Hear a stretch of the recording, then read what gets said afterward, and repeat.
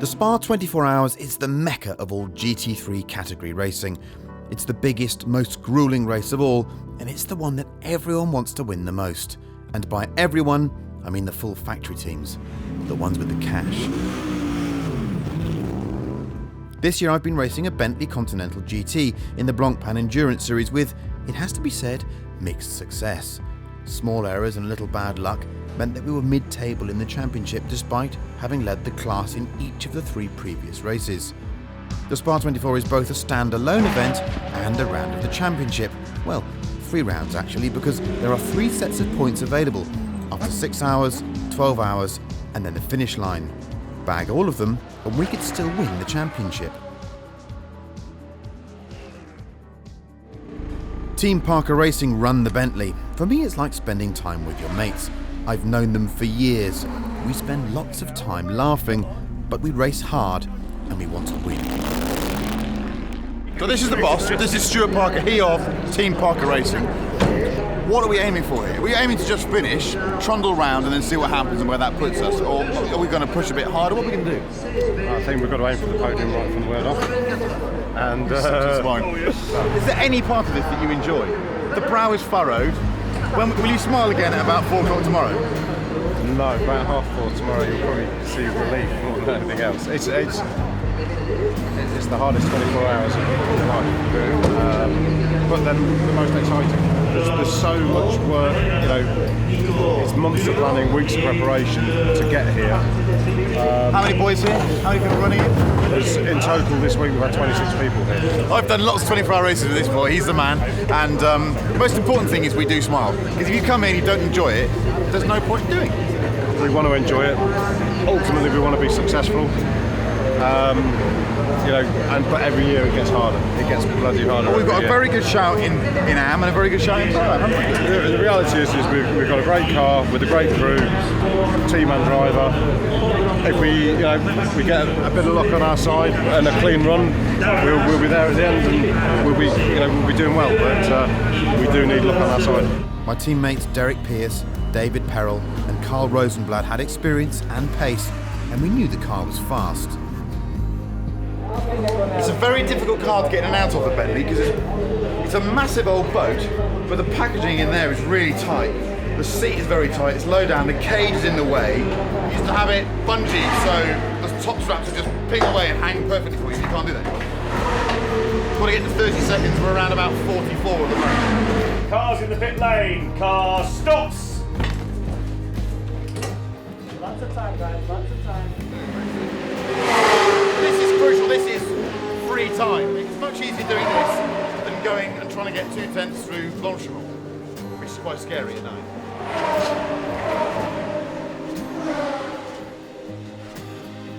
The weekend starts on, well, Tuesday. I've raced at Spa for years but have never seen it so busy. 65 entries crammed onto a 4.35-mile circuit. The free practice session that afternoon felt crowded and not all of the cars were running. Thousands of people turned up to see the cars. It really did feel like a mini Le Mans, only with better looking cars because let's face it, a modern GT3 machine looks miles cooler than some hybrid they all look the same prototype. Qualifying proper was on the Thursday. It really didn't matter where we ended up because we weren't fighting for an overall win.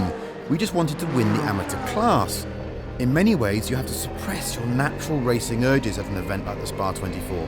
Pushing harder and going much faster rarely offset extra time spent in the pits. In other words, you just need to pound around and stay out of trouble. I'll say that again now. Stay out of trouble.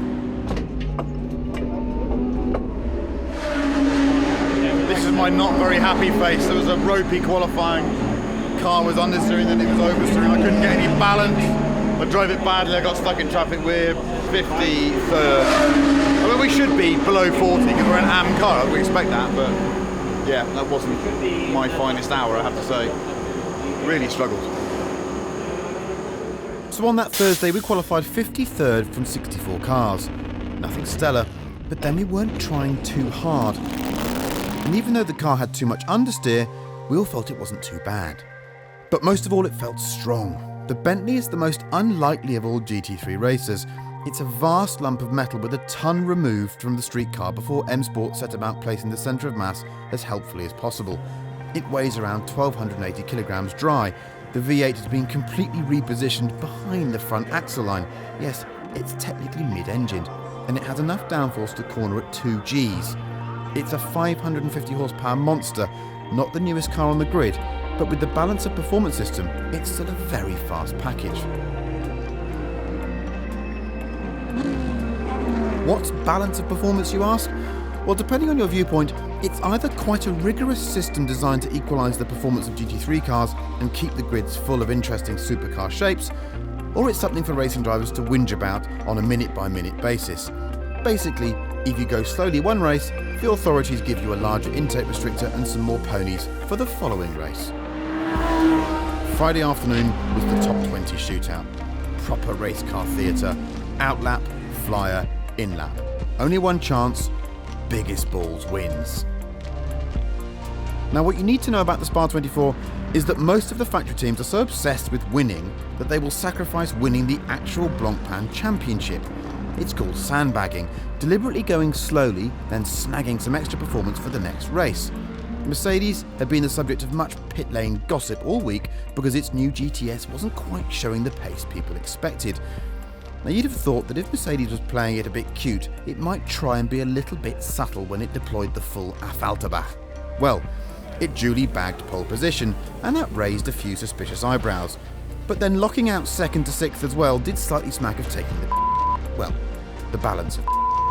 The following morning, the scrutineers decided they had been taking the not through sandbagging though, but an illegal ignition timing setting, so all the Mercs were lobbed to the back of the top 20. Audi inherited the pole position, the factory Bentley number 8 car was 3rd, the other Team Parker car in the Pro-Am class was a very impressive 8th, and the other factory Continental was 10th. In an effort to have a decent spread of Bentley-shaped cars at both ends of the grid, we lined up 53rd. But remember, quali is nothing in a race as attritional as the Spa 24 hours. This was my first Spa 24. I've done 10 Nürburgring 24-hour races and thought I knew how punishing long-distance racing could be. I was about to be sent back to school. That is the back of the grid. This is almost the back of the grid. But it's not a problem. It's a 24-hour race. You don't win it in qualifying. You certainly don't win it in the first hour. We need to get on with this now. We need to truck round. This is all about spending a small amount of time as possible in the pit lane. Scheduled stops only. That's how you do well. Trying to trim 2/10 here, go flat through there will make no difference whatsoever. We actually have to just stay out of the pits. The atmosphere is spot on. All the weather forecasts said it wasn't going to rain. Sky suggests otherwise, so it's proper Spa. A lot of people here. It's a well-supported event. It's really, really cool race. You can tell I'm quite happy. I want to get on to the racing now because we've spent days building up to this. We need to get on and race. Remember, we do the same work. I'm just the most scared one. That was a good one.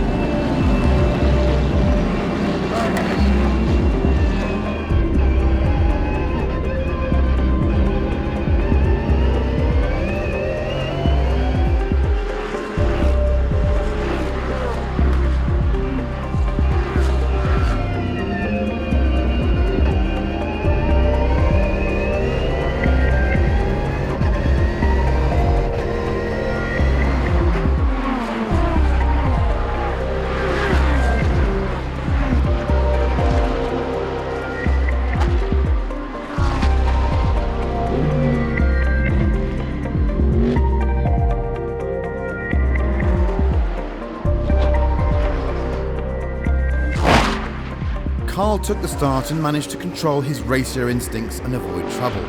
Other people weren't as careful. He pitted after an hour and I took over. Then the mayhem began. At the time, Kevin Estre, emerging from the pit lane, took all the flack for this monster shunt. But from this angle, I don't know what else he could have done.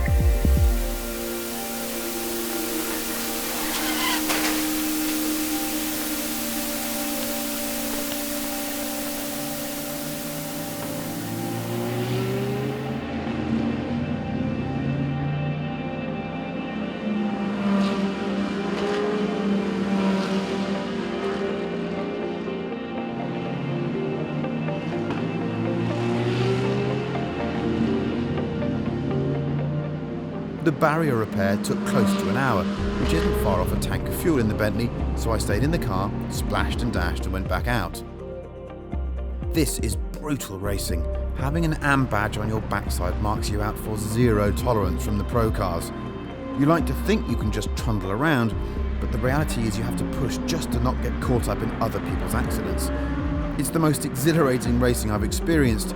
We were 53rd and 7th in class when I jumped in. Some lucky brakes, clever strategy from our engineer Rich, and good pace meant that when I climbed out we were 39th overall and 1st in class. This was looking very, very promising. It's 8:15, already plenty of party drama. I got in the car many hours ago and did about 35-40 minutes, and there was a big safety car period. It lasted nearly an hour because a Porsche and a Ferrari had got sort of a bit too close and cuddly at the top of Eau Rouge. And that dented the barrier, so they had to replace the barrier. That took ages. So I stayed in for the hour of the safety car. The car feels great, same set of tyres, so we were a bit tyre marginal towards the end, but I think I managed them quite well. Managed to fuel okay, got in position 53, came in position 33, and P1 in class. Just got to truck on now. If everyone can just bumble along, we're quick in the bits where you want to be quick, and we can block them where we want to block them, because we're so massively huge. So rock on. Hope we can carry on. Neil will be asleep now. Tell me these cars do not look absolutely spectacular smashing their way around what must be the best circuit for racing.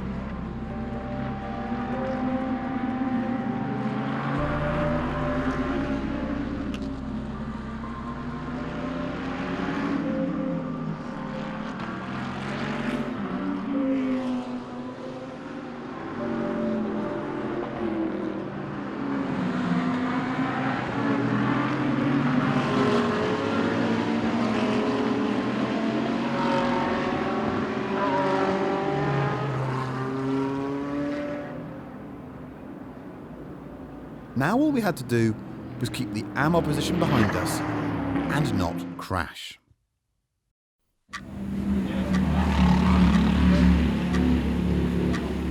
Whoops.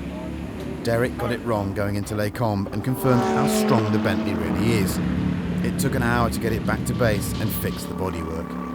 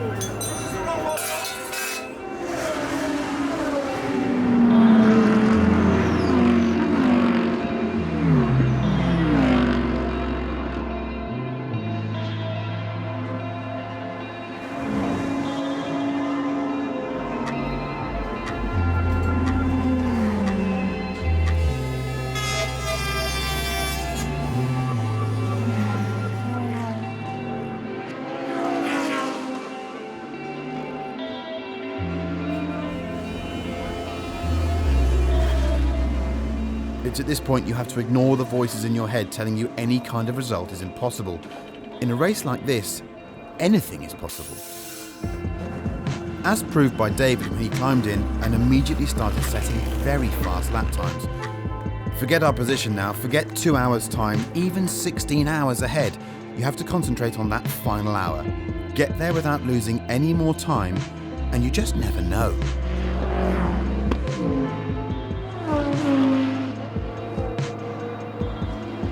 So the news is not necessarily good.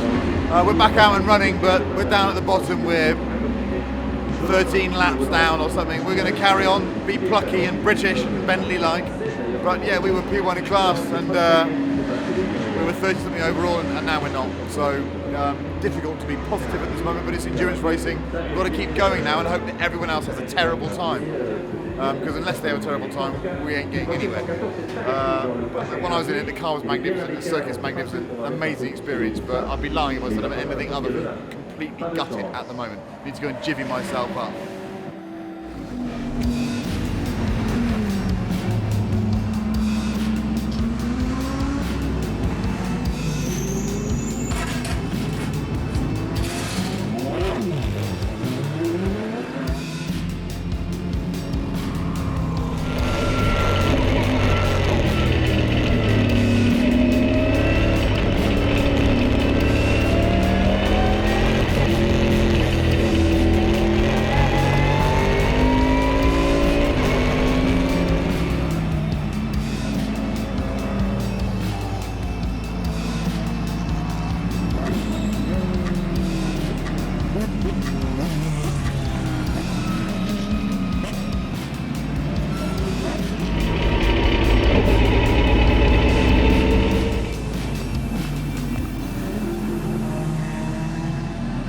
Tell you the nature of the beast.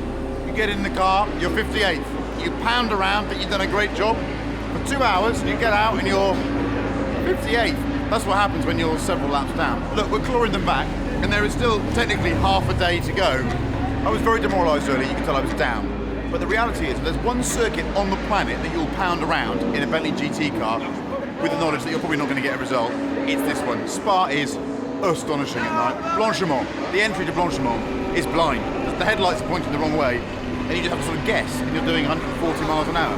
Some people appear to be flat through it. I'm not. Let's just keep pounding around, see what happens. She's a right old battle bus. She had to stop for another wiring loom that got lost in that wheel arch that got damaged, so that the headlight wasn't working. It's been hit left-hand side. I wasn't hit in that particular session, but the vehicle is resembling a Kingston Jamaican taxi at the moment. Rock on. What a race this is.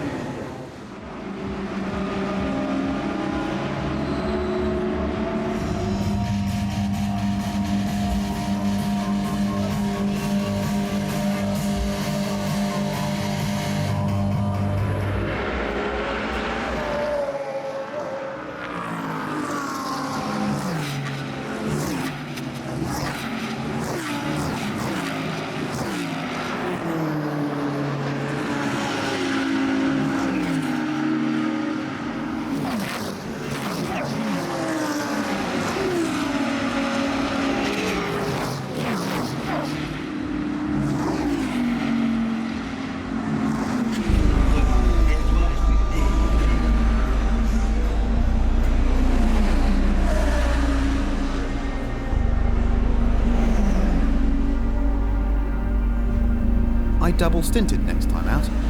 If you'd asked me what it was like to be pushed into a spin at 110 miles an hour between La Source and Eau Rouge before the race, I'd have said, I have no intention of ever finding out. Now I've done it, I can tell you it's terrifying. The front and rear touched the wall. Somehow it ended in a perfect 360, but the car still took 40 minutes to repair. There's no TV coverage of the incident, sadly, but the circuit safety cameras did capture it. Team boss Stuart Parker went to see that footage. I'm not quite sure how you're still alive, he said, looking worryingly disappointed at the outcome.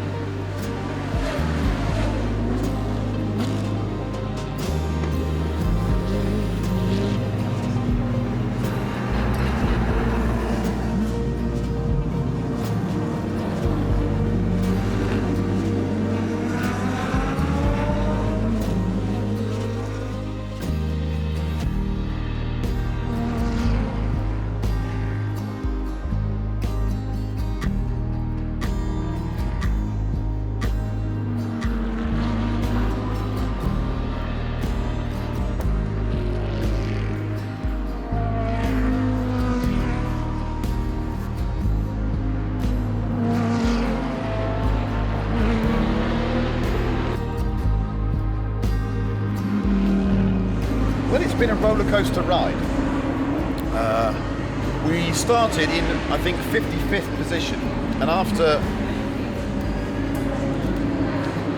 a lot of hours, we're in 53rd position. We got up to 33rd, and we were leading the class, and then Derek had a whoopsie, and then we sort of clawed our way back a bit, and then I got taken out by a Ferrari, and I was really downbeat, and I didn't want to carry on in the middle of the night. I didn't see the point of risking life and limb. But now I'm in the spirit of it. You just got to get down and dirty and try and finish the event, haven't you? And wherever we finish, I think we'll have a sense of some sort of achievement. Team Park are doing an amazing job.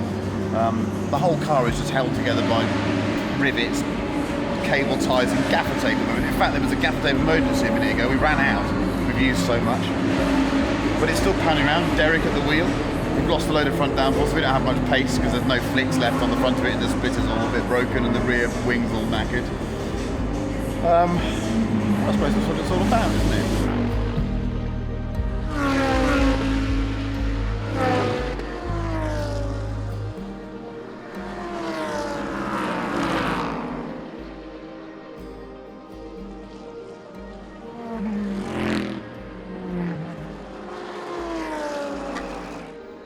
Now we really were struggling to see what was possible, and the poor Bentis looked like he'd gone 15 rounds with a T-Rex. We continued to pound around though, David going faster than ever, but now clinging to the hope that other people fell off or had mechanical issues.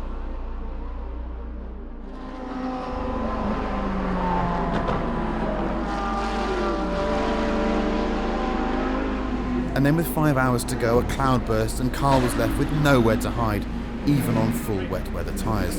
He aquaplaned and hit the barrier hard, and the race was over.